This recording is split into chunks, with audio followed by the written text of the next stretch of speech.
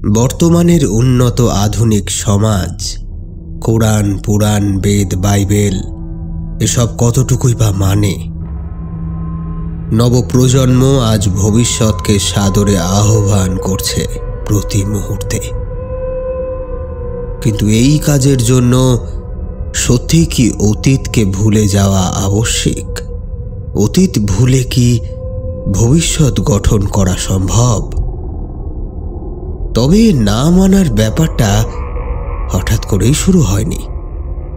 সভ্যতার অগ্রগতির সাথে সাথে এ যেন ওতপ্রোতভাবে জড়িয়ে বয়ে আসছে।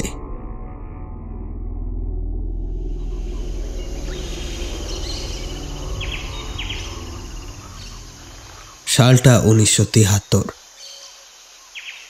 মামুদপুর গ্রামের 3টি বাচ্চা গ্রামের একেবারে প্রান্তে, যেখান থেকে পাহাড়গুলো উঠতে শুরু করেছে, সেখানে মনের আনন্দে খেলা করছে।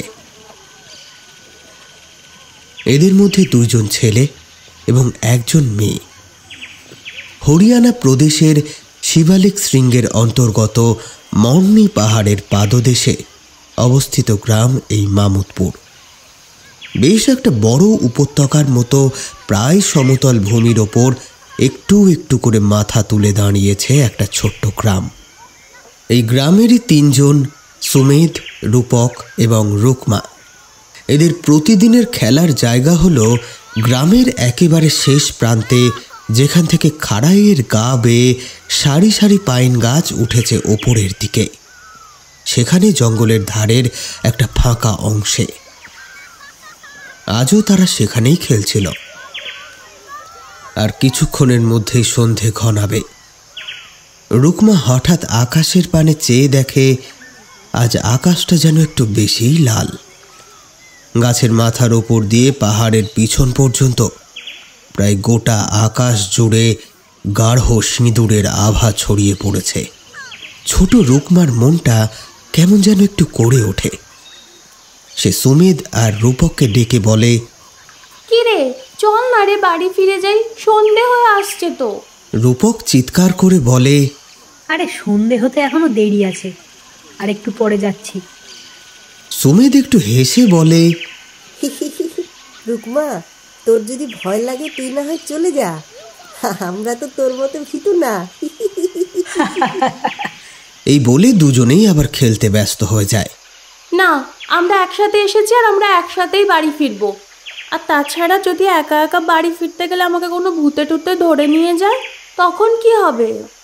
রূপক খেলতে খেলতে বলে, ওরে রুকমা, তুই এত সুন্দরী না যে তোকে ভূতে তুলে নিয়ে যাবে। ভূত সুন্দরী মেয়েদেরকেই ধরে, তোর চিন্তা নেই, তোকে কিছু করবে না। এই কথা বলে দুইজনেই খেলতে খেলতে হাসাহাসি করতে থাকে। রুকমার এবার রাগ হয়ে যায়। কেউ ওকে দেখতে খারাপ বললে একদমই ভালো লাগে না ওর। মনে মনে তাই ঠিক করে বন্ধুদের সাথে আর একটিও কথা বলবে না সে। ওর কাউকে দরকার নেই, একাই বাড়ি ফিরবে। আর কাল থেকে ওদের সাথে আর খেলতে আসবে না। এরকমই মনস্থির করে সে বাড়ি ফেরার পথে পা বাড়ায়। ওদিকে সুমেধ আর রূপক তখন তাদের ডাঙ্গুলি খেলায় মত্ত। তারা যে স্থানে খেলা করছিল সেই ফাঁকা জায়গাটার ঠিক গা ঘেঁষে আর একটা টিলা আছে। সেটা পার হয়ে গেলেই তাদের মামুদপুর গ্রাম। টিলাটার ওপর পাইনের জঙ্গল। লম্বা লম্বা পাইন গাছ অতন্দ্র প্রহরীর মতো খাড়া হয়ে দাঁড়িয়ে। রুকমা রাগে গজগজ করতে করতে জঙ্গলের মধ্যে প্রবেশ করতেই চারপাশের আলো যেন আরও একটু কমে আসে।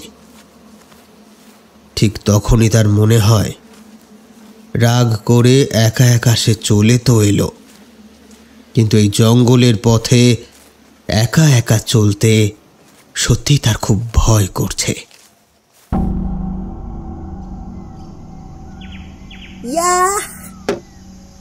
ওপরের দাঁত দিয়ে নিচের ঠোঁট কামড়ে ধরে গায়ের জোরে সুমেধ কষিয়ে এক বাড়ি দিল লম্বা কাঠের টুকরোটায়।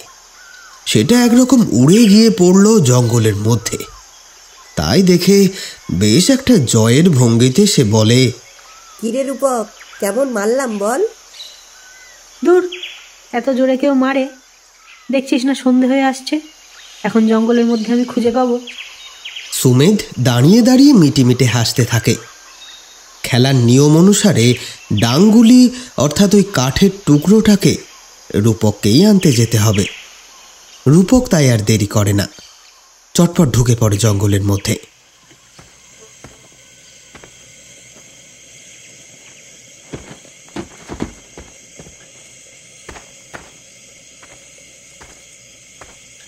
জঙ্গলের মধ্যে আলো আরো কিছুটা কম।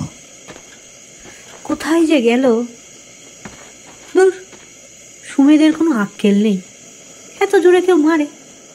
এখন যদি খুঁজে না পাই তাহলে কালকে খেলবো কি দিয়ে? যাই, ওই দিকটাই দেখি।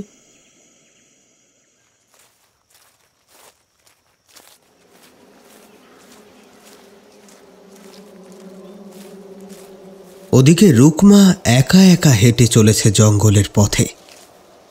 আজকে অদ্ভুতভাবে জঙ্গলে কোনো পাখির ডাক নেই। জঙ্গল ছেড়ে সমস্ত পাখিরা কোথায় যেন পালিয়েছে। কেবল ঝিঁঝি পোকারায় ডেকে চলেছে অবিরাম। আলো কমে আসার সাথে সাথে সে ডাক যেন আরো গাঢ় হচ্ছে। হাঁটতে হাঁটতে শুকনো পাতার ওপর নিজের পায়ের শব্দেই মাঝে মাঝে কেঁপে কেঁপে উঠছে রুকমা। এমন সময় সে একটা শব্দ শুনতে পায়। শব্দটা কোত্থেকে আসছে সেটা ঠাহর করা যায় না, তবে শব্দটি ঠিক কী বলতে চাইছে সেটা যেন একটু একটু করে বুঝতে পারছে রুকমা। তাই আর কোনো শব্দে কান না দিয়ে হাঁটার গতি বাড়ায় সে।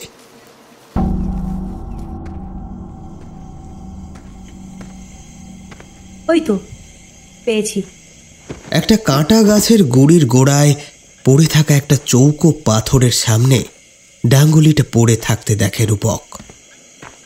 সেটাকে নেবে বলে সেদিকে এগোতেই কাঠের টুকরোটা শুরুত করে পাশেই একটা ছোট গর্তের মধ্যে ঢুকে যায়।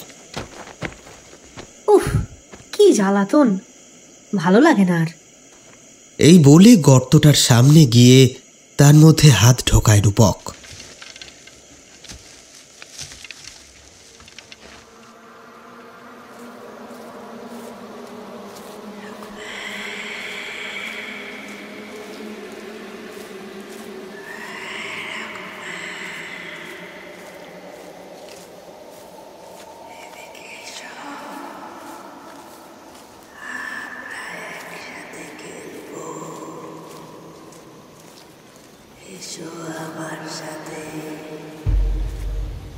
রুকমা ডাকটা পরিষ্কার শুনতে পাচ্ছে। ভয়ে তার সারা শরীরে শিহরণ খেলে যাচ্ছে। তবুও কোনো দিকে নজর না দিয়ে প্রাণপণে মাথা গোঁজ করে দ্রুত হেঁটে চলেছে সে।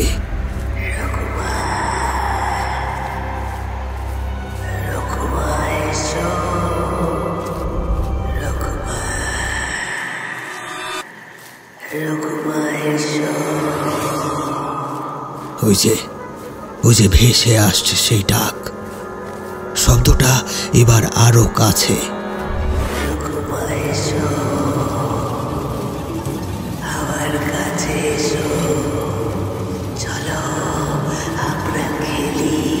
না, আর নয়।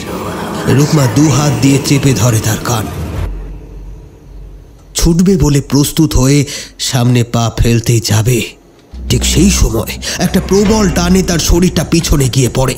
তারপর রুকমার কিছু বুঝে ওঠার আগেই তার শরীরটা হু হু করে কেউ পিছনের দিকে টেনে নিয়ে যেতে থাকে। প্রবল ভয়ে চিৎকার করে চলে রুকমা।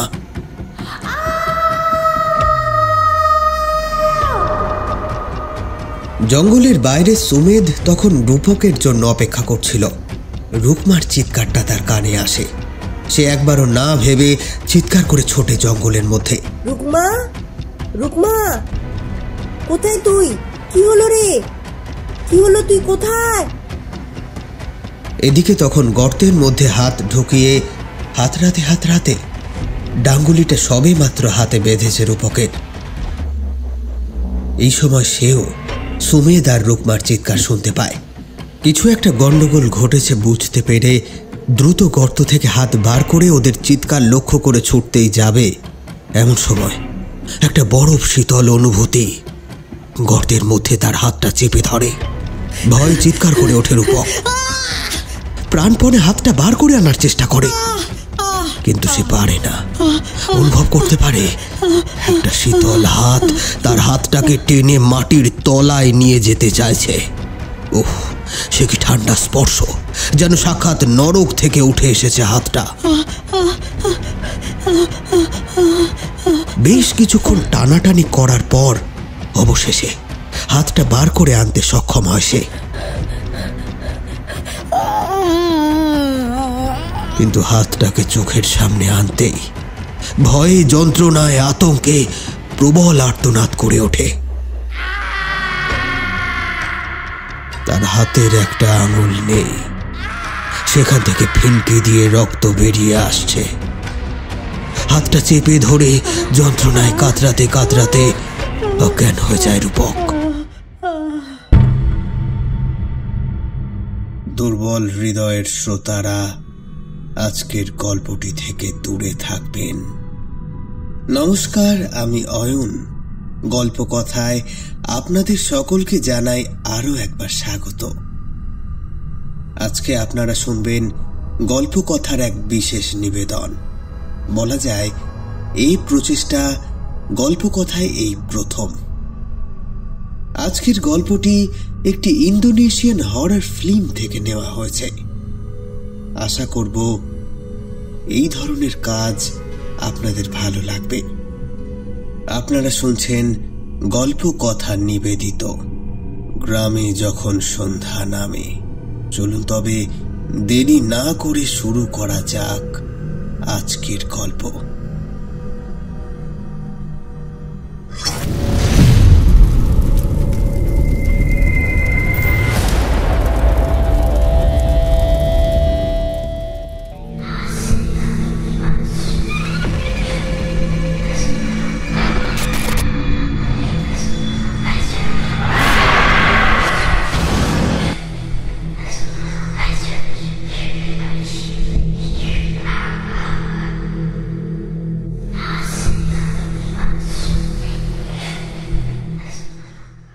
30 বছর পরের ঘটনা।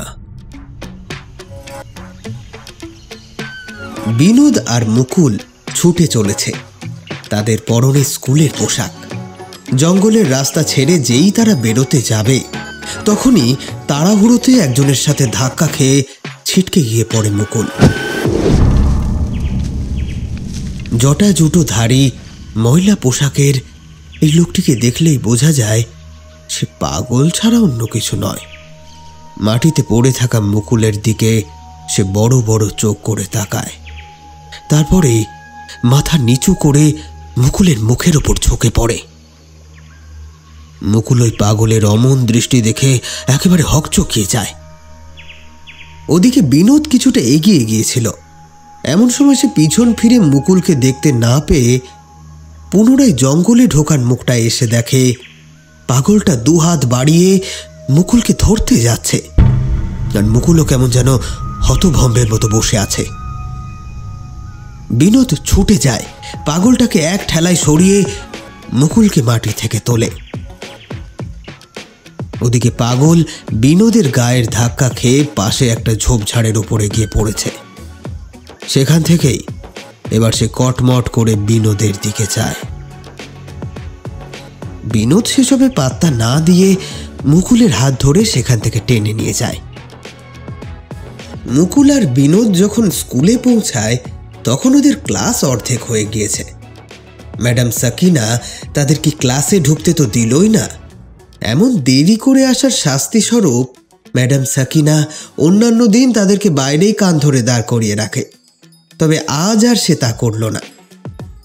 এতে বাচ্চাদের পড়াশোনার ক্ষতি হতে পারে এই ভেবে তখনকার মতো ক্লাসে ঢুকতে দিল ওদের। কিন্তু ক্লাস শেষ হওয়ার পর তাদের জন্য বিশেষ শাস্তির ব্যবস্থা হলো। ক্লাস বোর্ডে 200 বার লিখতে হবে।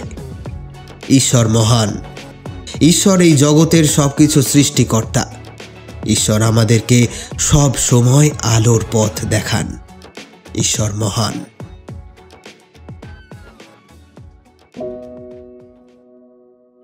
বিনোদের পরিবার খুব গরিব।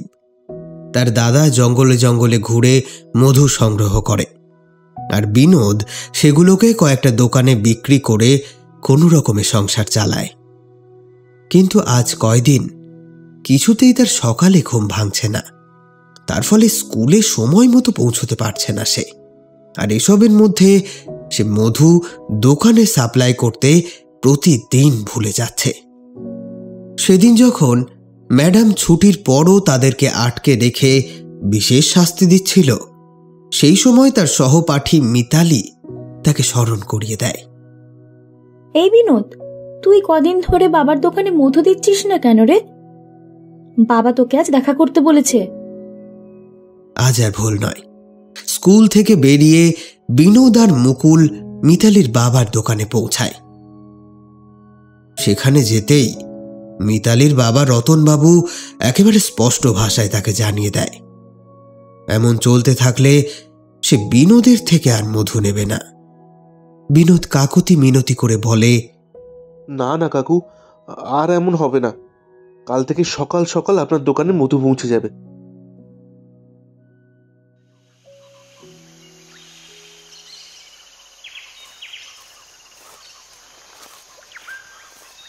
জানিস মুকুল, আমাদের গ্রামের মাঠে সার্কাস আসছে। হাতি আসবে, বাঘ আসবে। উফ, কি দারুণ মজা হবে বল। তুই যাবি তো দেখতে? আমি কিন্তু যাব। মুকুল আর বিনোদ জঙ্গলের পথ ধরে নানা রকম গল্প গুজব করতে করতে বাড়ি ফিরছিল। বিনোদই বেশি কথা বলছিল। তাকে দেখে মনেই হয় না আজ সারা দিন তার কতই না খারাপ গিয়েছে। সব জায়গাতে তো শুধু বকাই শুনল। প্রথমে ম্যাডাম সাকিনার কাছে, তারপর মিতালির বাবার কাছে। তবু সেসব যেন তার হাসি খুশি চরিত্রে কোনো রকম ছাপ ফেলতে পারেনি। বিনোদের সব কথা শুনতে শুনতে মুকুল এসবই ভাবছিল। এমন সময় কি একটা মনে হতেই সে জঙ্গলের বিশেষ একটা দিকে তাকিয়ে থমকে যায়। তার দৃষ্টি যেখানে গিয়ে আটকেছে সেখানে একটা গাছের কাঁটা গুড়ি, আর তার পাশেই একটা চৌকো পাথরের খণ্ড পড়ে। সেদিকে দৃষ্টি রেখে মুকুল বলে, এই বিনোদ, ওই দেখ, এইখানেই রূপকবাবুর আঙুলটা কেটে পড়েছিল না? আচ্ছা, জায়গাটা কেমন গা ছমছমে না? একথা বলে মুকুল বিনোদের দিকে ফিরতেই দেখে বিনোদ সেখানে নেই।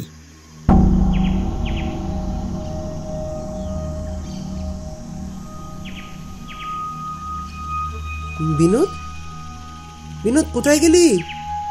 এই বিনোদ, এই একদম এসব মজা কিন্তু ভালো লাগছে না আমার। এই বিনোদ। জঙ্গলের মধ্যে মুকুলের চিৎকার ফিরে ফিরে আসতে থাকে, কিন্তু বিনোদের কোনো খোঁজ নেই। মুকুলের আবারও চোখ যায় সেই গাছের কাটা গুড়িটার দিকে।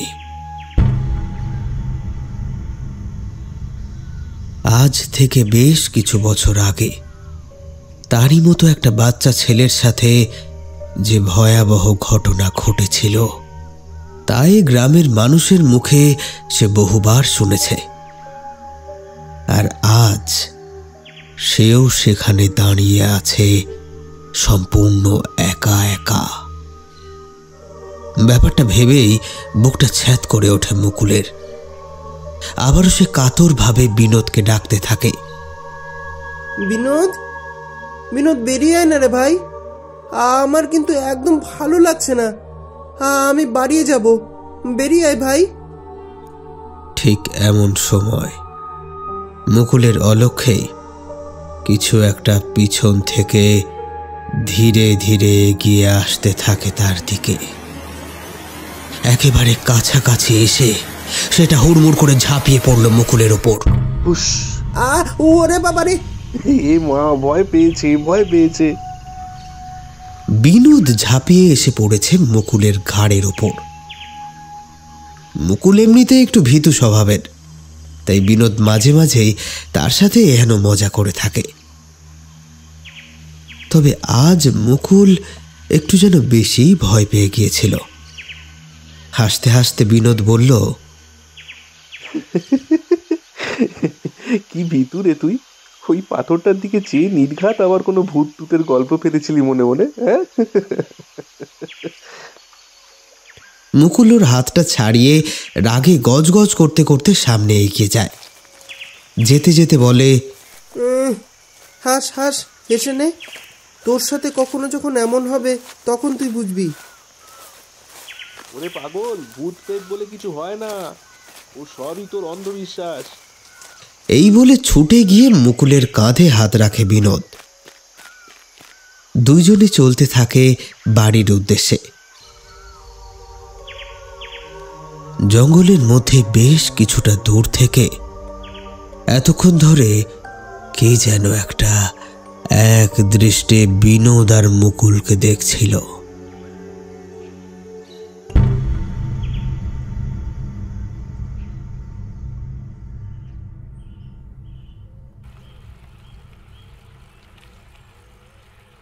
সন্ধে হতে আর কিছু মুহূর্ত বাকি। মিতালি সাইকেল চালিয়ে জঙ্গলের প্রান্তে একটা একচালা কাঠের ঘরের দরজার সামনে এসে দাঁড়ায়। তার হাতে একটা টিফিন কৌটো। কাকা, কাকা, ও কাকা! দরজা খুলছে না দেখে মিতালি দরজায় মৃদু একটা ঠেলা দিতেই দরজাটা একটু ফাঁক হয়ে যায়, আর সাথে সাথে একটা কালি ঝুলি মাখা হাত খপ করে চেপে ধরে মিতালির হাতটা। একটা ঘর ঘরে স্বর শোনা যায় ভেতর থেকে। কে কে কে করতে এসেছিস এখানে? যা যা, চলে যা, যা যা। কাকা, কাকা, আমি তোমার জন্য খাবার এনেছি। লোকটা মিতালির মুখের উপরেই দরজাটা বন্ধ করে দেয়। মিতালি শুনতে পায় লোকটা ঘরের ভেতর থেকে বলছে, তাড়াতাড়ি তাড়াতাড়ি বাড়ি ফিরে যা। দেখছিস না, দেখছিস না আকাশটা কেমন লাল আজকে? যা যা যা, তাড়াতাড়ি বাড়ি যা।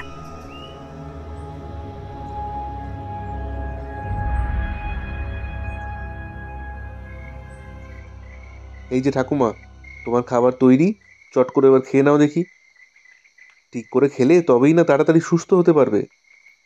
বিছানায় শুয়ে থাকা পঙ্গু ঠাকুমার মুখে চামচে করে খাবার তুলে দিতেই যাবে, এমন সময় ঘরের দরজায় খোট করে একটা শব্দ হয়। বিনোদ অবাক হয়ে সেদিকে চায়, দেখে দরজাটা নিজে থেকেই খুলে যাচ্ছে।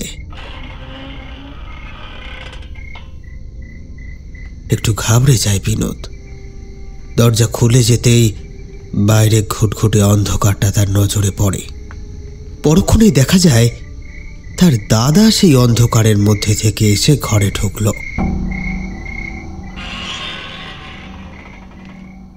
দাদার হাতে একটা ব্যারেল, তার মধ্যে মধু ভর্তি।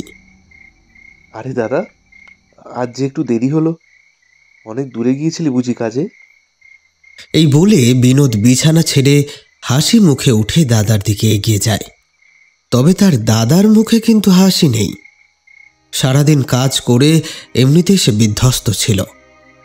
তার উপরে ঘরে ঢুকেই যখন সে দেখল সকালবেলা যেমনভাবে মধুভর্তি বোতলগুলো র্যাকে রেখে গিয়েছিল, এখনো তেমনভাবেই রয়েছে। অর্থাৎ ভাই সেগুলো দোকানে দিয়ে আসেনি। মাথায় আগুন জ্বলে যায় দাদার। মধুর বোতলগুলোকে দেখিয়ে চাপা স্বরে সে জিজ্ঞেস করে, ভাই, আজও এগুলো এখানে? এই তো দাদা, কালই এগুলো দিয়ে আসবো দোকানে। আজ কি একটা যেন বলতেই যাচ্ছিল বিনোদ, কিন্তু তার আগেই সপাটে এক চড় এসে পড়ে তার গালে। চিৎকার করে ওঠে তার দাদা। কি করিস কি সারাদিন? একবারও ভেবে দেখেছিস এগুলো বিক্রি না হলে আমরা খাবো কি? শোন, আমি এখন বেরোচ্ছি। আগামীকালও যদি এসে দেখি এগুলো এখানেই, তাহলে দেখিস তোর আমি কি ব্যবস্থা করি। একদমে কথাগুলো বলে বিনোদের দাদা রাগে গজগজ করতে করতে ঘর ছেড়ে বেরিয়ে যায়। বিনোদ গালে হাত ঘষতে ঘষতে পুনরায় ঠাকুমাকে খাওয়াতে বসে। কিন্তু ঠিক তখনই তার মনে হয় তাদের ঘরের অন্ধকার কোণটায় কিছু যেন একটা নড়ছে।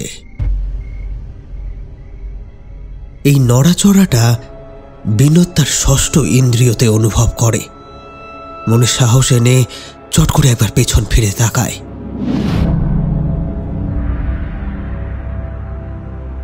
তবে বিনোদের ঘুরে তাকানোর পূর্বেই সেটা সম্পূর্ণরূপে অন্ধকারে তলিয়ে যায়।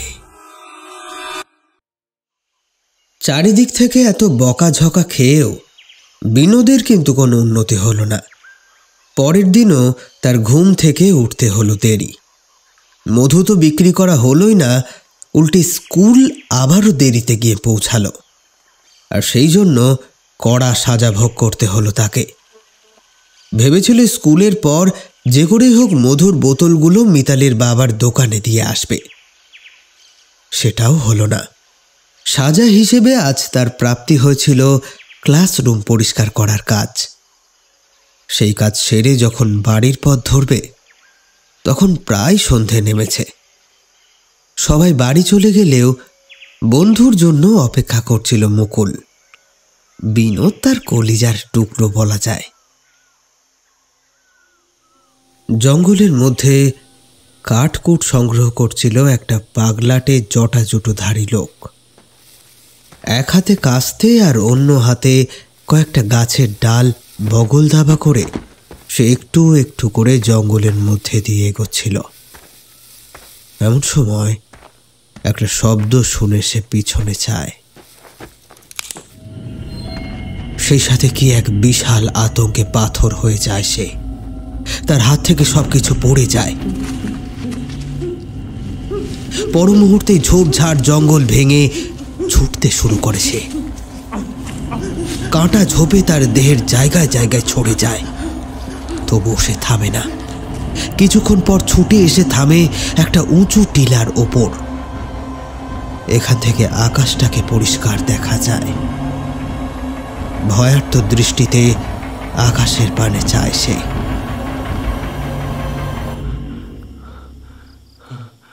আজ থেকে ঠিক 30 বছর আগে এমনই লাল আকাশ দেখেছিল সে। লাল রংটা দিগন্ত থেকে শুরু করে ক্রমশ ছড়িয়ে পড়ছে মাঝ আকাশ বরাবর।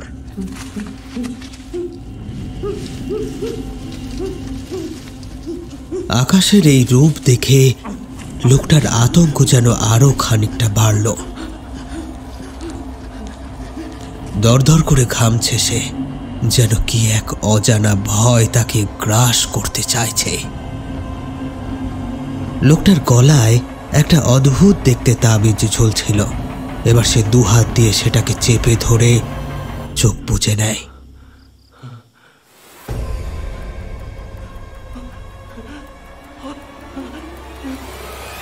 ওদিকে বাড়ি ফেরার পথে মুকুল আর বিনোদের দেখা হয় আলীর সাথে।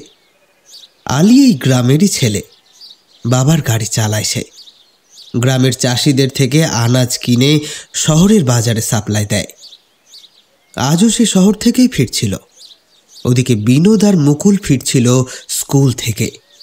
তাদেরকে দেখেই আলী গাড়ি দাঁড় করিয়ে জিজ্ঞেস করলো, কিরে বিনোদ মুকুল, স্কুল থেকে ফিরতে এত দেরি হলো কেন রে? আজ আবার নিশ্চয়ই ম্যাডাম তোদেরকে কান ধরে দাঁড় করিয়ে রেখেছিল। মুকুল আর বিনোদ ওর কথায় কান না দিয়ে এগিয়ে চলল। তাদের স্কুলের ঘটনা সারা গ্রামে রটে গিয়েছে। এখন এভাবে তাদেরকে সবার থেকে খোঁচা খেতে হবে।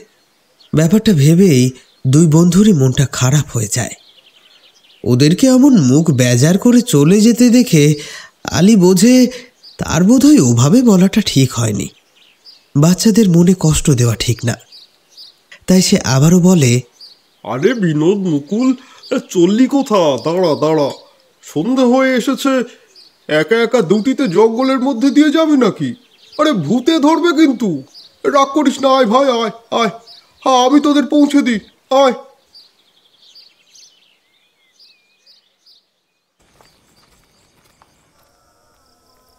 ম্যাডাম সাকিনা স্কুল থেকে তার বাসায় ফিরে দরজা খুলে ঘরে ঢোকে।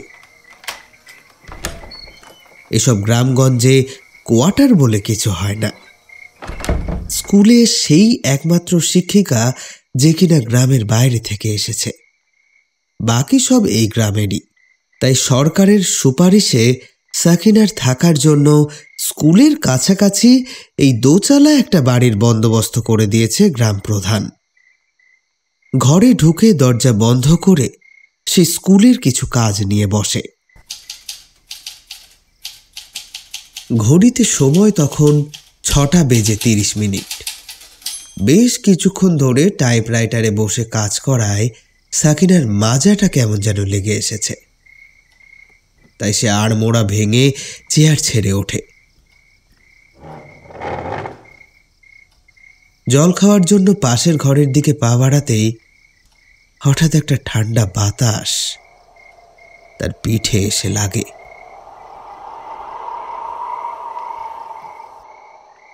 থমকে দাঁড়িয়ে পড়ে সে।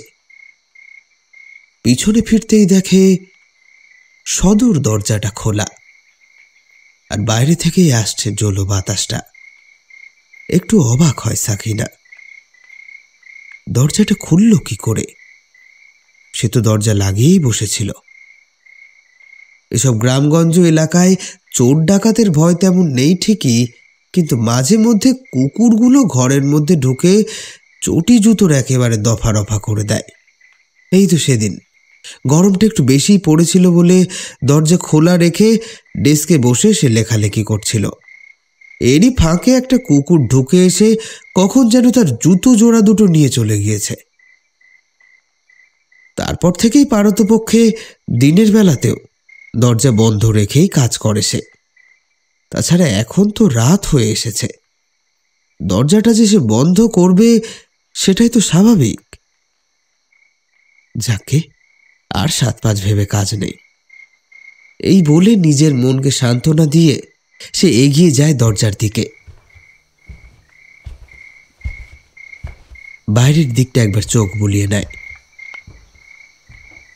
রাত নেমেছে চড়াচড়ে। চারপাশে মিশমিশে কালো অন্ধকার, মৃদু মন্দ ঠান্ডা বাতাস বইছে। সাকিনা ঘরে ঢুকে দরজা বন্ধ করে এবার হুড়কোটা তুলে দেয়।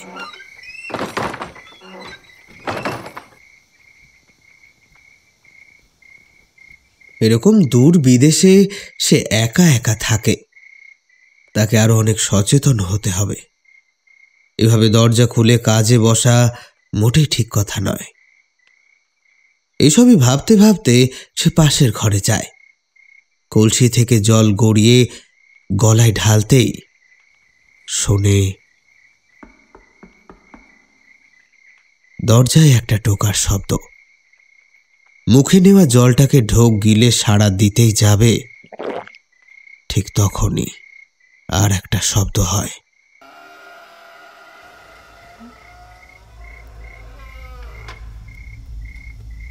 দাঁড়িয়ে পড়ে সে। শরীরটা ক্রমশ শক্ত হয়ে ওঠে, ঢোক গিলতে পর্যন্ত পারে না।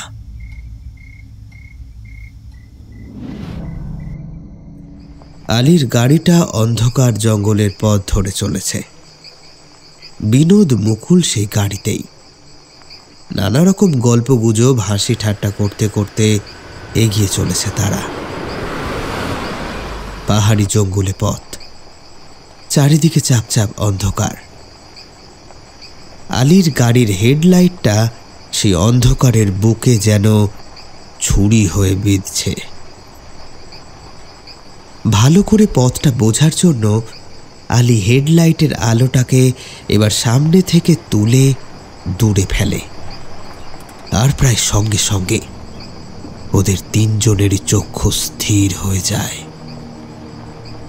জঙ্গলের জমাট বাঁধা ওই অন্ধকারে হলদেটে আলোর গণ্ডির মধ্যে জেগে উঠেছে দুটি জ্বলন্ত অগ্নিপিণ্ডের ন্যায় কিছু, এবং সব থেকে আশ্চর্যের, সেটি মাটি থেকে বেশ কিছুটা ওপরে।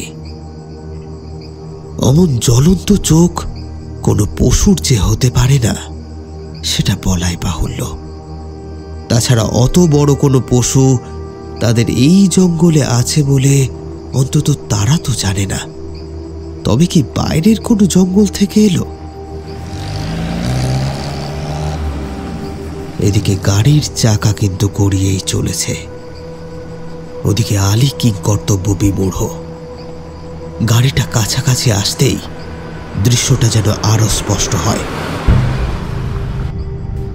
একটা বিশাল লম্বা ছায়া মূর্তি অন্ধকারে গা মিশিয়ে দাঁড়িয়ে, ধোঁয়ার মতো তার শরীর।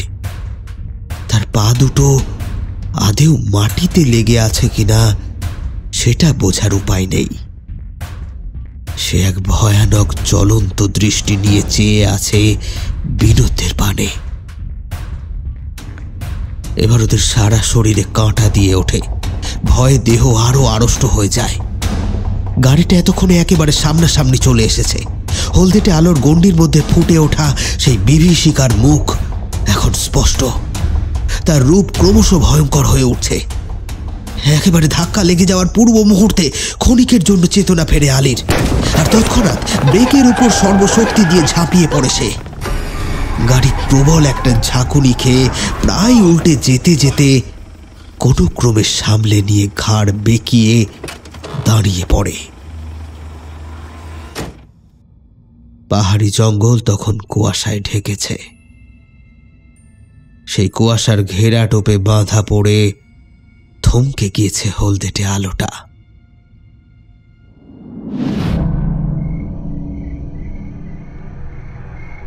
একটু আগে যে দরজাটায় হুড়কো তুলে এলো সেটাই আবার খুলে গিয়েছে।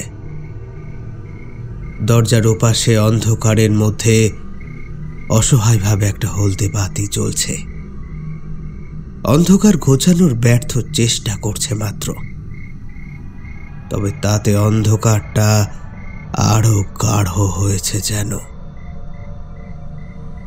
কিন্তু কিন্তু দরজার ওপারে আর কেউ নেই। দরজাটা তবে খুলল কে? কোনো রকমে মুখের জল গিলে সাকিনা ম্যাডাম বলল, কে কে এসেছে? এই বলতে বলতে সে এগিয়ে গেল দরজার দিকে।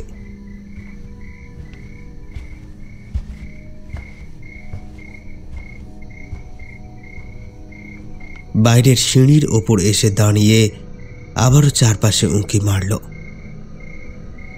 না, কোথাও কেউ নেই।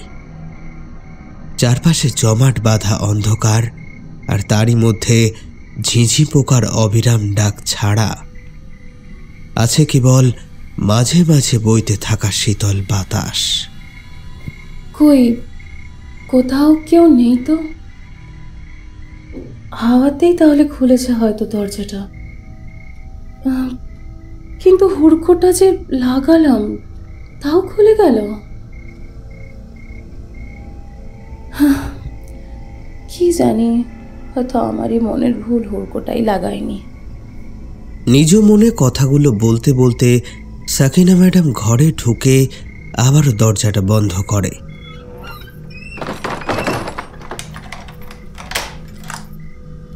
এবার দরজায় শুধু হুড়কো নয়, চাবি ঘুরিয়ে একেবারে তালা দিয়ে পিছন ফেরে সে। অনেক রাত হয়েছে, এখন আর কেউ আসার নেই নিশ্চয়। এই ব্যাপারে আর বেশি না ভেবে বাকি কাজ শেষ করার জন্য টাইপরাইটারের টেবিলটার দিকে এগোয়। এই সময় আবারও সাকিনার ঠিক পিছনে সদ্য তালা দেওয়া দরজাটা শব্দ করে খুলে গেল। চমকে উঠে পিছনে ফিরল সাকিনা। উহু করে হাওয়া ঢুকছে খোলা দরজা দিয়ে। সেই শীতল হাওয়ায় ঘাড়ের রোয়াগুলো খাড়া হয়ে উঠল তার। একটা আতঙ্ক মনের মধ্যে দানা বাঁধতে শুরু করেছে। এবার যেই না দরজার দিকে এক পা বাড়িয়েছে, অমনি পেছন থেকে একটা কড়মড় শব্দ কানে আসে তার। তৎক্ষণাৎ স্থির হয়ে যায় সে। দৃশ্যপটে ফুটে ওঠে এক ভয়াবহ দৃশ্য। সাকিনা ম্যাডামের ঘরের সিলিং থেকে হামাগুড়ি দিয়ে নেমে আসছে এক মিশকালো ছায়া মূর্তি।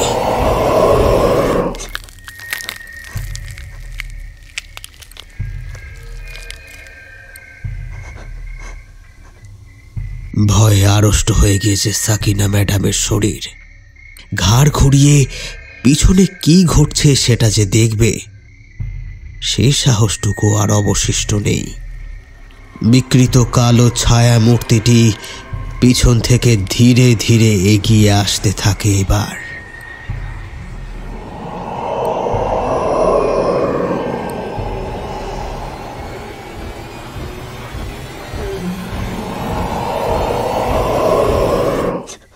সাকিনা অনুভব করে কিছু একটা তার পিছনে এসে দাঁড়িয়েছে।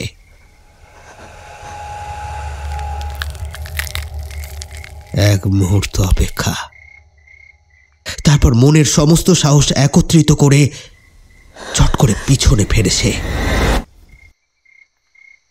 কিন্তু কই, কিছু নেই তো। ঠিক এই মুহূর্তে দরজাটা এবার নিজে থেকেই বন্ধ হয়ে যায়। চিৎকার করে ওঠে সাকিনা, ছুটে গিয়ে দরজা খোলার চেষ্টা করে, কিন্তু দরজাটা খোলে না। সেটা যেন বাইরে থেকে কেউ টেনে ধরে আছে।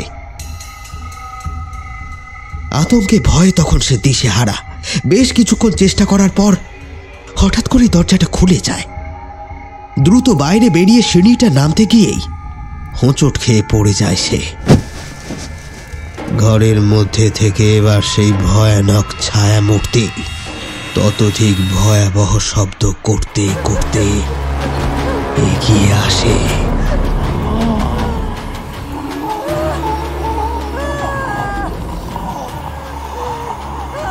তার লক্ষ্য মাটিতে পড়ে থাকা সাকিনা। সাকিনা অনুভব করে সে মাটি থেকে কিছুতেই উঠতে পারছে না। কোনো এক অদৃশ্য শক্তি যেন তাকে মাটিতে চেপে ধরে রেখেছে। করাল বদনা সেই মূর্তি ক্রমশ এগিয়ে আসছে তার দিকে। মাটিতে পড়ে ছটফট করতে থাকে সাকিনা। একটা সময় তার চোখ দুটো উল্টে যায়, বেরিয়ে পড়ে সাদা অংশ। সেই সাথে চোখের কোণ থেকে গড়াতে থাকে রক্ত। একটু একটু করে নিভে আসে চারপাশের সমস্ত আলো।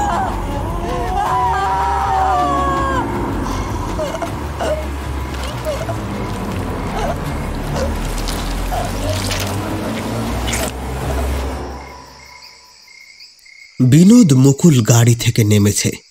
তারা টর্চ জ্বালিয়ে উদ্ভ্রান্তের মতো এদিক ওদিক ঘোরাচ্ছে। তুই দেখলি কি ছিল বলতো ওটা?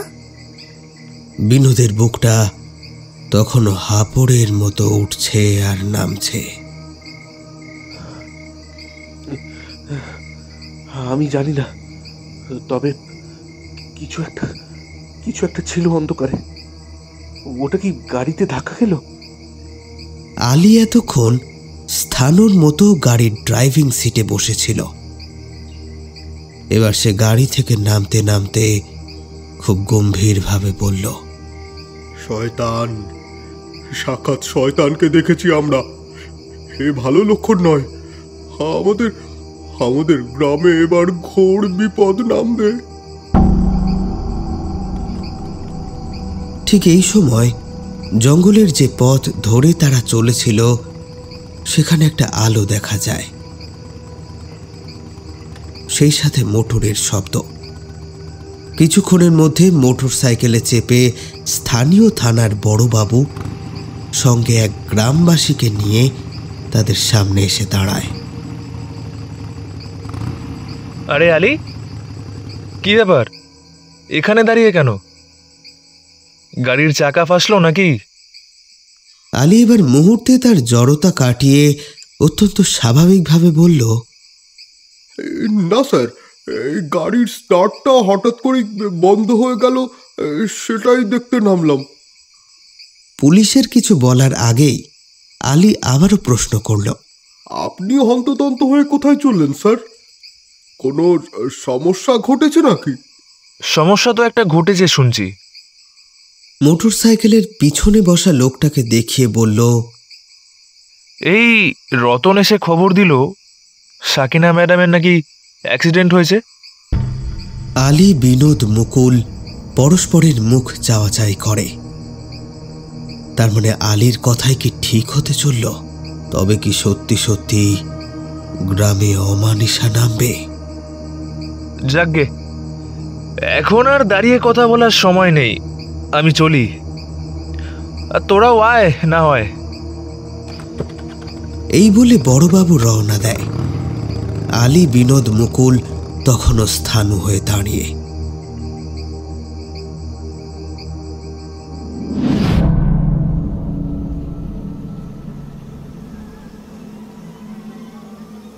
সাকিনা ম্যাডামের দেহটা ঠিক তার ঘরের দরজার সামনে মাটিতে পড়ে থাকা অবস্থায় পাওয়া যায়। বেশ কিছু গ্রামবাসী হাতে মশাল নিয়ে ম্যাডাম সাকিনার ছিন্ন ভিন্ন দেহটাকে ঘিরে গোল হয়ে দাঁড়িয়ে। দুজন দেহটাকে সাদা কাপড়ে ভালো করে মুড়ছে। পুলিশ উপস্থিত প্রত্যেকের সাথে খুঁটিয়ে কথা বলে জানার চেষ্টা করছে, তবে কেউই এই দুর্ঘটনার কারণে বিশেষ আলোকপাত করতে পারেনি। একটা বিকট চিৎকার শুনে আশেপাশের কয়েকজন মানুষ তৎক্ষণাৎ ছুটে এসেছিল বটে, তবে ততক্ষণে সব শেষ। সাকিনা ম্যাডামের দেহটাকে কাপড়ে মুড়িয়ে কয়েকজন ধরাধরি করে ঘরের ভেতরে নিয়ে গেল। ইতিমধ্যে বিনোদ, মুকুল আলীর সাথে সেখানে এসে হাজির হয়েছে। তবে ঘটনার ভয়াবহতা যে এতটা তারা আন্দাজ করতে পারেনি। পুলিশ ও গ্রামবাসী বিনোদ, মুকুলকে তাই কাছাকাছি যেতে দিল না। যতই হোক তারা ছোট মানুষ। আলী একটু এগিয়ে গিয়ে মৃতদেহটা দেখে হড়হড় করে বমি করে ফেলে। শুধু আলী কেন, উপস্থিত সকলেরই বোধহয় কম বেশি একই রকম অবস্থা। এমন ভয়াবহভাবে কারোর মৃত্যু হতে এর আগে এই গ্রামের কেউ কখনো দেখেনি।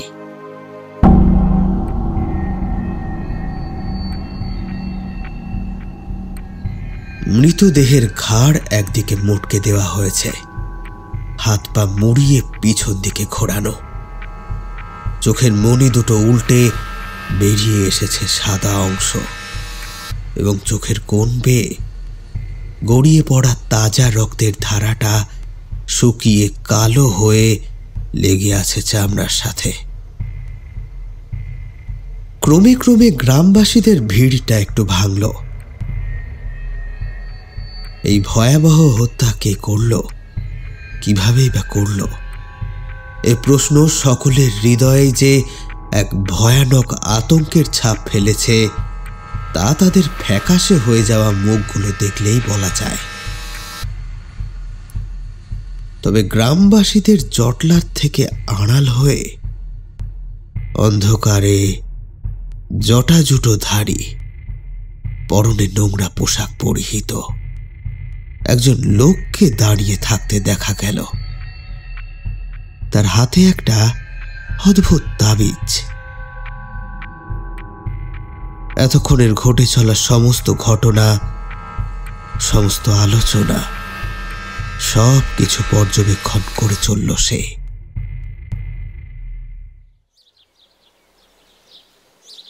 শহর থেকে অ্যাম্বুলেন্স পাঠানো হয়েছে একটা।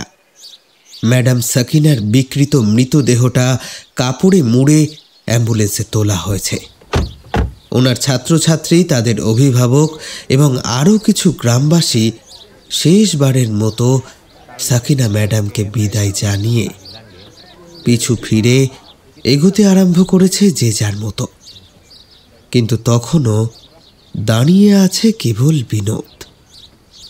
অ্যাম্বুলেন্সের পিছনের দরজার দিকে এক দৃষ্টে চেয়ে আছে সে।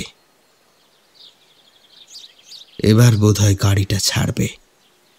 বিনোদ যেখানে দাঁড়িয়ে সেখান থেকে কাঁচের মধ্যে কাপড়ে মোড়া সাকিনা ম্যাডামের মৃতদেহটা দেখা যাচ্ছে আংশিকভাবে।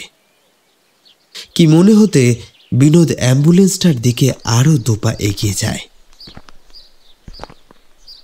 কিন্তু এ কি, অ্যাম্বুলেন্সের মধ্যে কাপড়ে মোড়ানো ম্যাডামের লাশটা কই? হকচকিয়ে যায় বিনোদ। ঘাড় বেঁকিয়ে আরো একটু ভালো করে দেখার চেষ্টা করে সে। না, সত্যি সাকিনা ম্যাডামের দেহটা নেই। শুধুমাত্র যে সাদা কাপড়টা দিয়ে তার দেহটা মোড়ানো ছিল সেটাই রক্তাক্ত অবস্থায় পড়ে আছে। বিস্ময়ে হতবাক হয়ে যায়। তৎক্ষণাৎ বিনোদ চিৎকার করে পিছনে ফিরে এই ভয়াবহ সংবাদটা সবাইকে দিতেই যাবে। ঠিক তখনই আবারও একবার চমকে ওঠে সে। পিছন ফিরতেই দেখে সবাই তার দিকেই তাকিয়ে বিভৎস ভঙ্গিতে হাসছে,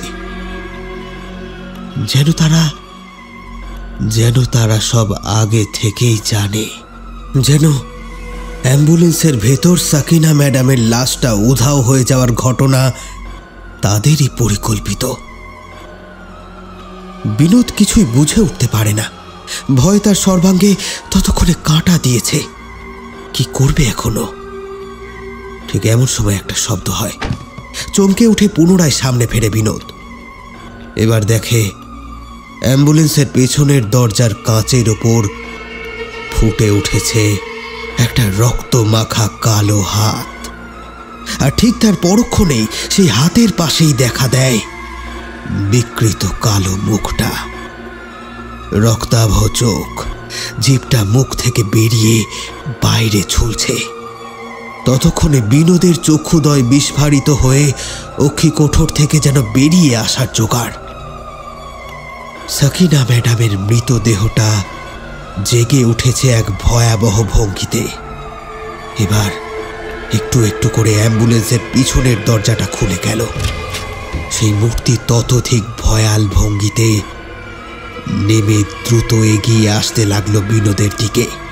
করাল বদনা সেই জীবন্ত মরার দৃষ্টিতে ঝিলিক খেলে যাচ্ছে এক ক্লেদাক্ত লালসা।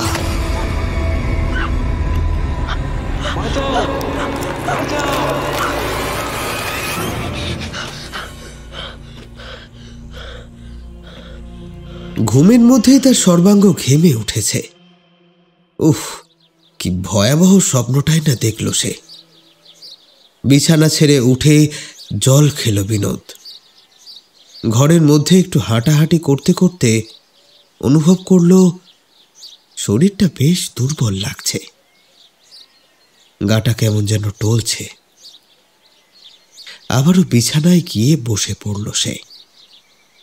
ম্যাডাম সাকিনার জায়গায় গ্রামের বিদ্যালয়ের ভার বহন করতে একজন নতুন শিক্ষিকাকে পাঠানো হয়েছে। মামুদপুর আসা শেষ গাড়িতে করে তিনি এসে পৌঁছলেন। গ্রামের বেশ কয়েকজন তাকে স্বাগত জানানোর জন্য এসেছিল। মিতালির বাবা রতনবাবু গ্রামের একজন গণ্যমান্য মানুষ। এই গ্রামে তার মস্ত বড় একটা মুদির দোকান আছে। গ্রামের যে কোনো বড়সড় ব্যাপারে তিনি উপস্থিত থাকবেন না এমনটা হয় না। আজও নতুন দিদিমণিকে স্বাগত জানাতে উপস্থিত ছিলেন তিনি। সেই জন্য আজ মিতালিকেও আসতে হয়েছিল। একটু তফাতে দাঁড়িয়েছিল সে। ম্যাডাম গাড়ি থেকে নেমে সবার সাথে কথা বলে এবার এগিয়ে যায় মিতালির দিকে। রতনবাবু আগে থেকেই মিতালিকে দেখিয়ে বলে দিয়েছিল যে মিতালি নতুন ম্যাডামেরই একজন ছাত্রী। তাই হাসি মুখে মিতালির দিকে হাত বাড়িয়ে দিল ম্যাডাম। কি মিতালি, ভালো আছো তো? আমি নবনীতা। তোমার নতুন ম্যাডাম।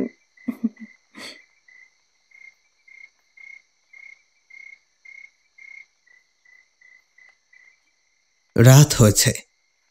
বিনোদের শরীরটা এখন একটু ঠিক লাগছে যেন, তাই সে তার অসুস্থ ঠাকুমার জন্য রাতের খাবারের আয়োজন করছে। এমন সময় সে শোনে ঠাকুমা কেমন যেন গোঙানির মতো শব্দ করছে।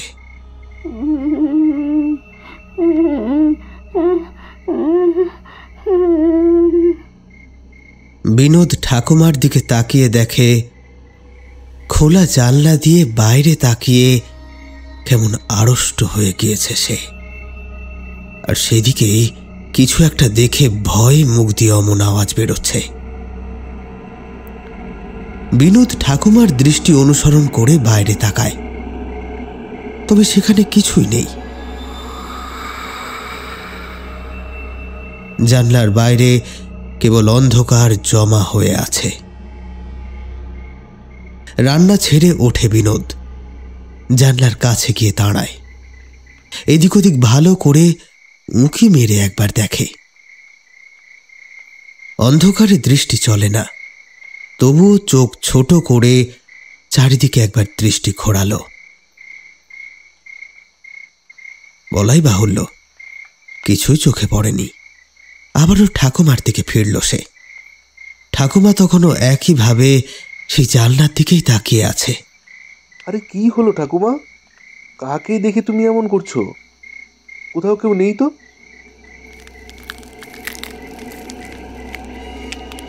ঠিক এই সময় জানলার বাইরে থেকে ভেসে আসলো একটা অদ্ভুত শব্দ। প্রায় সঙ্গে সঙ্গে জানলার দিকে ঘুরল বিনোদ। এবার সে দেখতে পেল দূরের অন্ধকারে জ্বলজ্বল করছে দুটো লাল আগুনের ফুটকি। জঙ্গলের রাস্তায় দেখা সেই ছায়ামূর্তির কথা মনে পড়ে গেল তার। ঘাড়ের কাছের রোয়াগুলো দাঁড়িয়ে পড়ল। ওদিকে ঠাকুমার গোঙানিটাও বেড়েছে।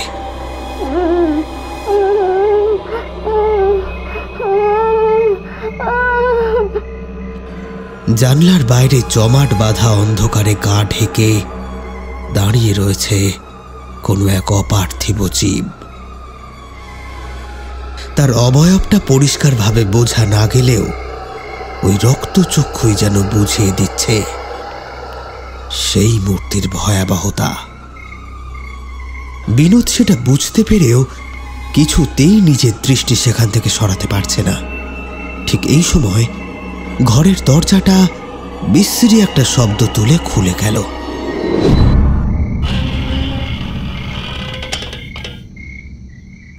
ওদিকে জানলার বাইরে তখন সেই আগুনের ফুটকি দুটো হঠাৎ করেই অদৃশ্য হয়েছে।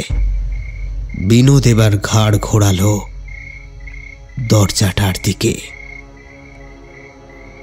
ঝিঁঝি পোকার ডাক, মাঝে মধ্যে ডেকে যাওয়া রাতচরা পাখির দল, এসব কিছু যেন ঘরের বাইরের ওই অন্ধকারকে গাঢ় করেছে।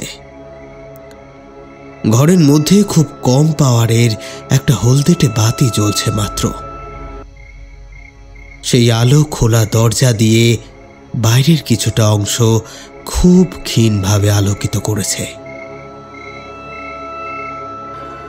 এবার সেই ক্ষীণ আলোর গণ্ডির মধ্যে হঠাৎই এসে দাঁড়ালো সাকিনা ম্যাডামের জীবন্ত লাশটা। অদ্ভুত ভয়াল ভঙ্গি তার। ঘাড় বেঁকিয়ে দু হাত বাড়িয়ে সেটা এবার ছুটে আসতে লাগলো বিনোদকে লক্ষ্য করে।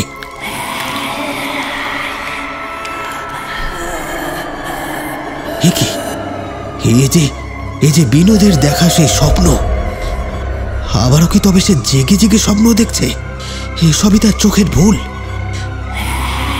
একটা চিৎকার করে দু হাত দিয়ে চোখ ঢেকে নিল বিনোদ।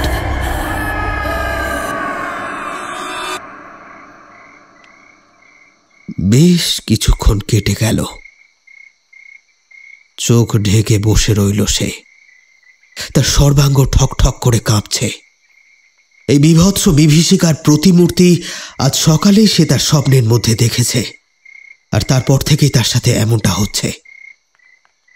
সাকিনা ম্যাডাম মারা গিয়েছে, সে আর কিছুতেই ফিরে আসতে পারে না, কিছুতেই না।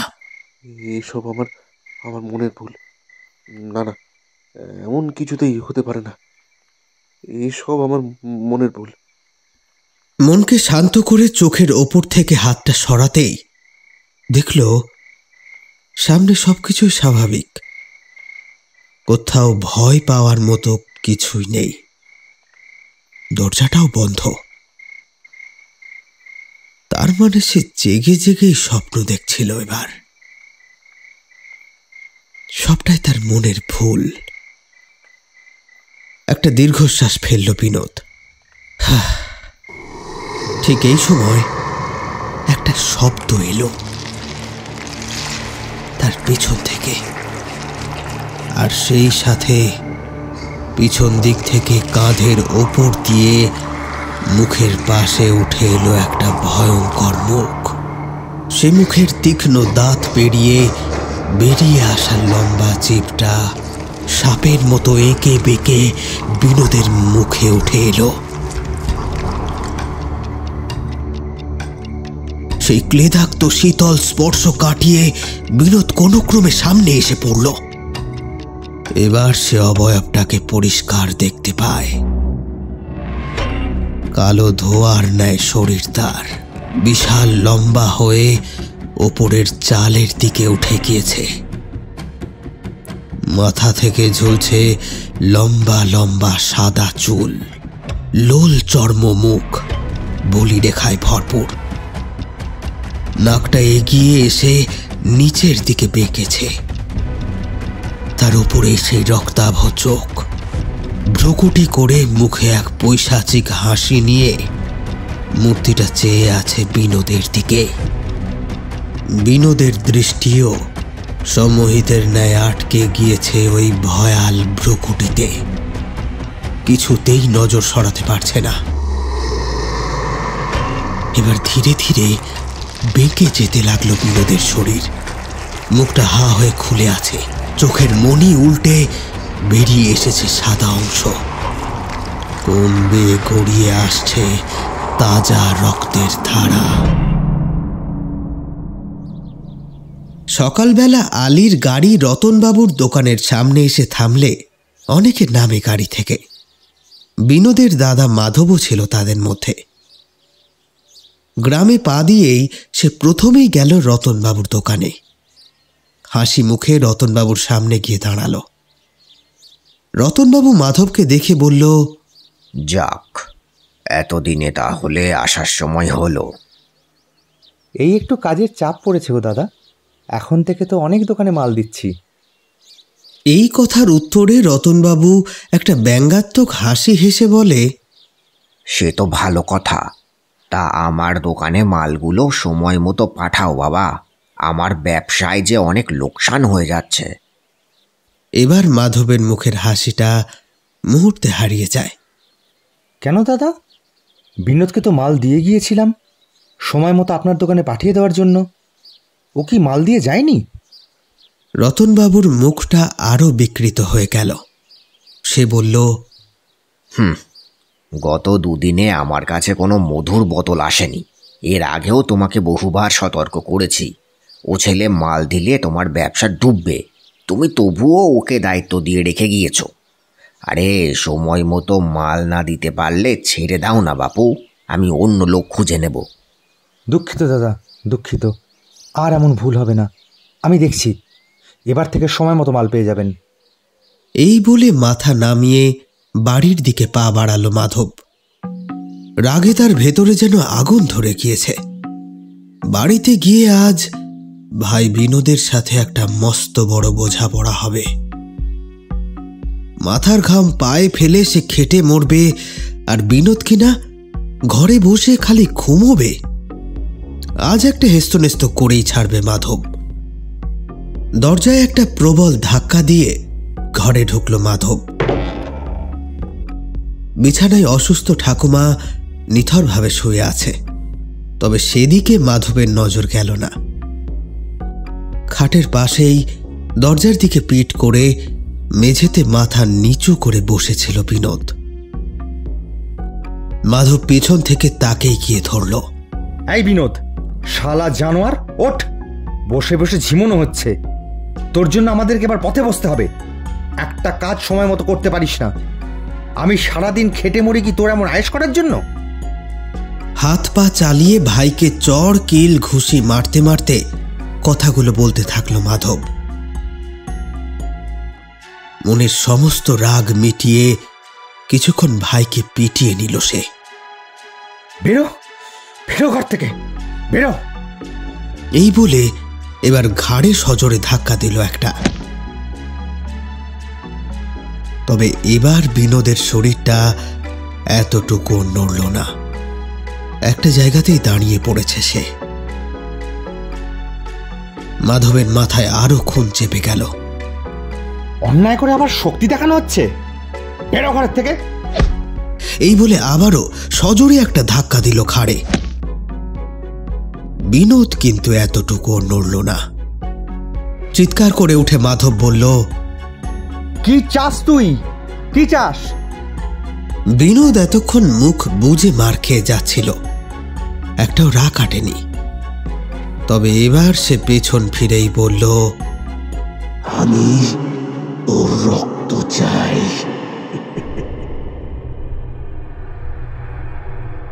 চমকে উঠল মাধব, এ কার গলা? বিনোদ তখনও কিন্তু দরজার দিকেই মুখ করে দাঁড়িয়ে, তার মুখটা সামনের দিকে ঝুঁকে নিঃসাড় ভাবে লটকে আছে ঘাড়ের ওপর। মাধব এবার ঘুরে বিনোদের মুখের সামনে গিয়ে দাঁড়ায়, ঘাড় ধরে একটা ঝাঁকি দিয়ে বলে, এই কি বললি? কি বললি আবার বল? বিনোদের কোনো সাড়া নেই। আবার দেয় একটা মোক্ষম ঝাঁকি। গলার আওয়াজ আরো চড়িয়ে বলে, কিরে, কথা কানে যাচ্ছে না? কি বললি বল? খানিক চুপ থেকে বিনোদ মাথা না তুলেই এবার বলল, আমি তোর রক্ত চাই। এ কথা বলতে বলতে মাথা উঁচু করল বিনোদ, আর সঙ্গে সঙ্গে বিদ্যুৎ পৃষ্ঠের ন্যায় ঝাঁকি খেয়ে কিছুটা দূরে ছিটকে গিয়ে পড়ল মাধবের শরীর। এ কি দেখছে মাধব? বিনোদের চোখ দুটো সম্পূর্ণ সাদা, সেখানে কোনো মণি নেই। গোটা চোখটা যেন একটা ধোঁয়াটে সাদা চামড়া দিয়ে ঢাকা। চোখের কোণ বেয়ে গড়িয়ে পড়ছে কালো রক্ত।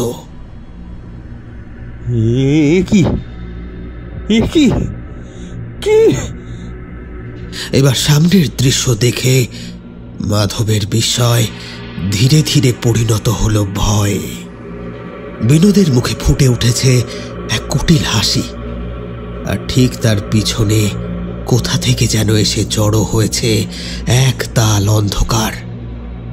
সেই অন্ধকার বিনোদের পেছন থেকে একটু একটু করে এবার ওপরের দিকে উঠছে। কালো ধোঁয়াটে সেই অবয়বের ভয়ঙ্কর রূপ দেখে মাধবের শির দাঁড়া বেয়ে খেলে গেল এক শীতল শিহরণ।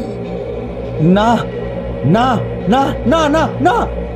পেছনে সরতে সরতে পা বেঁধে পড়ে গেল সে। ওদিকে কালো ধোঁয়াটে অবয়ব ঘরের চাল পর্যন্ত উঠে গিয়েছে। একে বেঁকে এবার সেটা এগিয়ে আসছে মাধবের দিকে। বাঁচাও, বাঁচাও, বাঁচাও, বাঁচাও! সাথে একটা চামড়ার আস্তরণ নেমে এলো মাধবের চোখে, ঢেকে দিল তার স্বাভাবিক দৃষ্টি।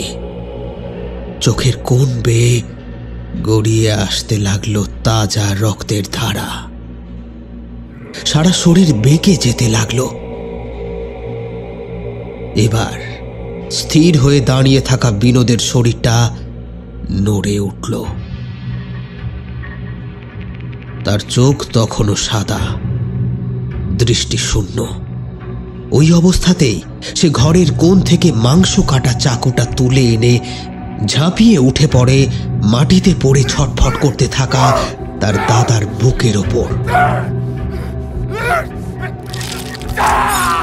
তারপর নৃশংস বর্বরতায় কেটে ছিন্ন ভিন্ন করতে থাকে মাধবের গোটা শরীরটা।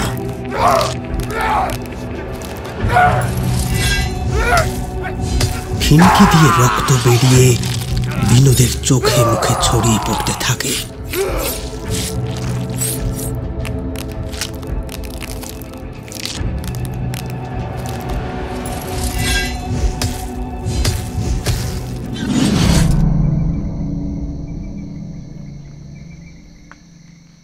রাত তখন অনেক। থানার বড়বাবু ব্রিজেশ লালের বাড়ির উঠোনে মুরগির যে বড় খাঁচাটা রাখা ছিল তার সামনে এসে দাঁড়ালো একটা ছায়ামূর্তি। ব্রিজেশ লালের বাড়ির বাইরে তখনও আলোটা জ্বলছে। সেই হলদেটে আলোর আভা হালকাভাবে এসে পড়েছে মুরগির খাঁচাটার সামনে। সেই ক্ষীণ আলোতেই ছায়ামূর্তির অবয়বটা বোঝা গেল। একটা 10-12 বছরের বাচ্চা ছেলে, তার হাতে ধরা রয়েছে ধারালো চাকু। চাকুতে রক্ত শুকিয়ে লেগে রয়েছে। ছেলেটার চোখে মনি নেই, সমস্ত চোখ জুড়েই নেমে এসেছে সাদা চামড়ার একটা আস্তরণ।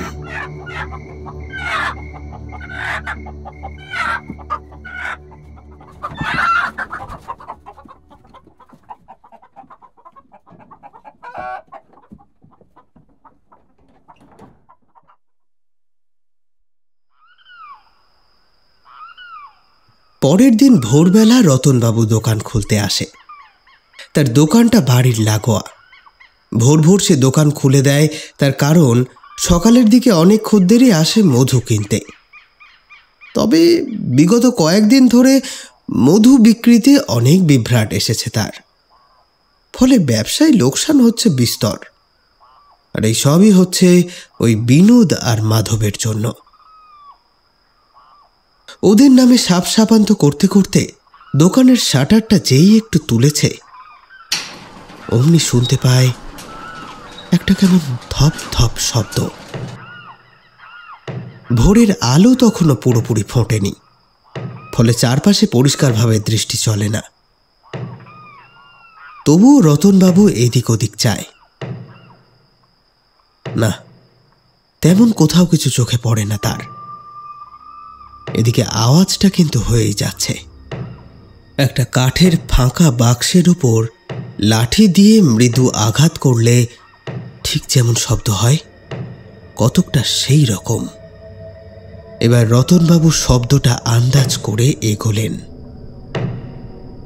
লক্ষ্য করলেন দোকানের লাগোয়া একটা লম্বা প্যাসেজ, সেই প্যাসেজের উপরই পরপর আরও কয়েকটা দোকানের বন্ধ ঝাঁপ। এইদিকে রতনবাবুই একমাত্র সকাল সকাল দোকান খোলেন, তাই ওই সমস্ত দোকানের মালিকেরা এখনো এসে পৌঁছাননি। তার মানে এই চত্বরে রতনবাবু একা। তবে সেই নিয়ে রতনবাবু খুব একটা ভাবলেন না। লক্ষ্য করলেন আওয়াজটা আসছে সেই প্যাসেজের দিকটা থেকে। প্যাসেজের উপর পরপর কয়েকটা দোকানের বন্ধ ঝাঁপের পাশেই কারো একটা পরিত্যক্ত কাঠের আলমারি পড়েছিল।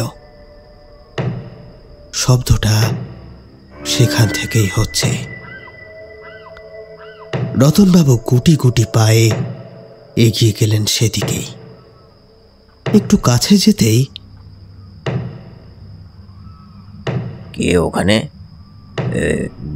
বিনোদ তুই?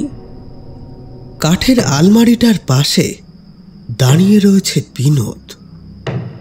তার পরনে ময়লা জামা, সে জামার জায়গায় জায়গায় লাল ছোপ। ভাঙা কাঠের আলমারিটার গায়ে নিজের মাথা দিয়ে গুঁতো মেরে চলেছে অনবরত, আর তাতেই ধপধপ আওয়াজটা হচ্ছে। এই বিনোদ, এই কি করছিস রে ওখানে?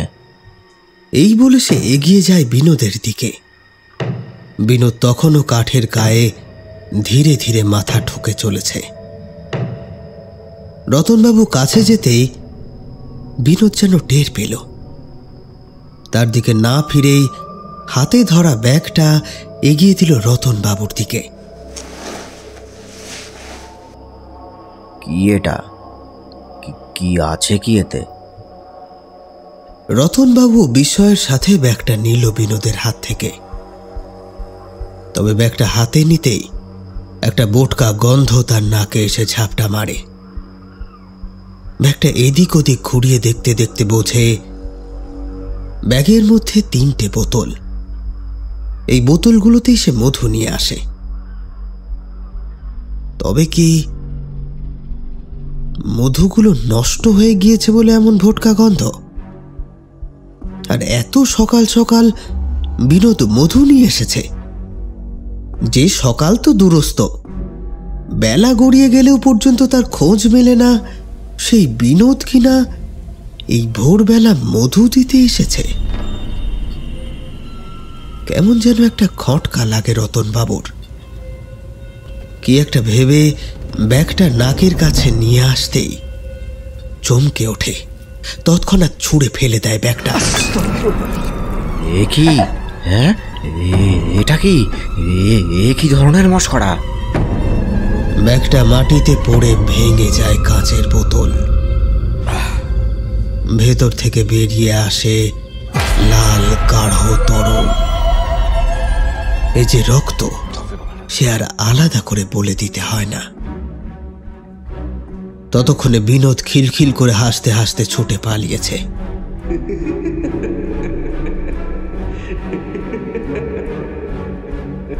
রতনবাবু তখনও আতঙ্কে কাঠ হয়ে দাঁড়িয়ে।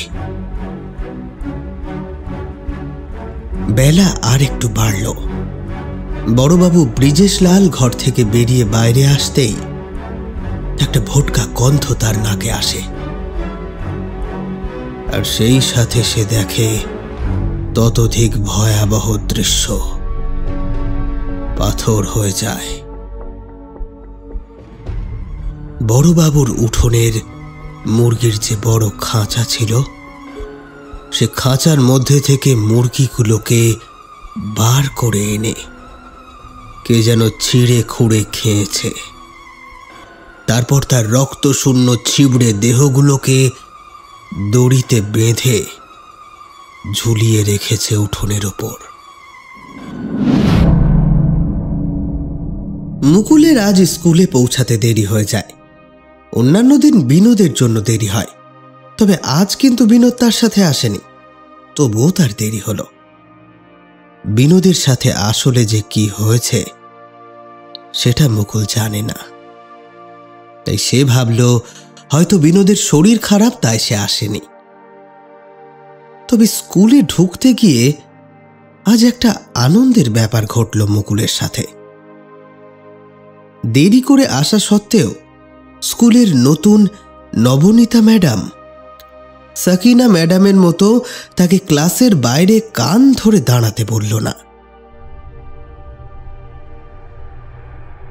কি অসংখ্য প্রশ্ন, অনেক না জানা রহস্য এবং অনেক প্রশ্নের উত্তর বাকি থেকে গেল, তাই না?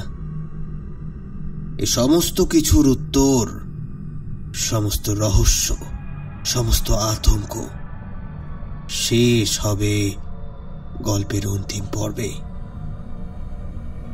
চোখ রাখুন গল্প কথায়, খুব শীঘ্রই আসবে গল্পের অন্তিম পর্ব। আপনারা শুনছিলেন গ্রামে যখন সন্ধ্যা নামে। গল্প কথা খুব শীঘ্রই গ্রামে যখন সন্ধ্যা নামে এই গল্পের অন্তিম পর্ব নিয়ে হাজির হবে। যে সমস্ত শ্রোতা বন্ধুরা নতুন বছরে আমাদেরকে প্রথমবার শুনছেন তাদেরকে তো বটেই, পুরনো শ্রোতা বন্ধুদের কাছেও আমাদের বিনীত অনুরোধ, আপনারা গল্প শুনে সাবস্ক্রাইব কিংবা কমেন্ট করতে ভুলে যান। গল্প কেমন লাগলো অবশ্যই কমেন্ট করে জানাবেন। ভালো লাগলে সাবস্ক্রাইব এবং শেয়ার করে আমাদেরকে এগিয়ে যেতে সাহায্য করবেন। আজকের পর্বের সমগ্র পর্ব পরিচালনায় গল্প কথা, পোস্টার ডিজাইনিং এবং সাউন্ড এডিটিংয়ে আমি অয়ন। আমাদের অফিসিয়াল পার্টনার ফেসবুক গ্রুপ ভূতান্বেষী। খুব শীঘ্রই হাজির হচ্ছি গল্পের অন্তিম পর্ব নিয়ে। ততক্ষণ সুস্থ থাকুন, শুনতে থাকুন গল্প কথা।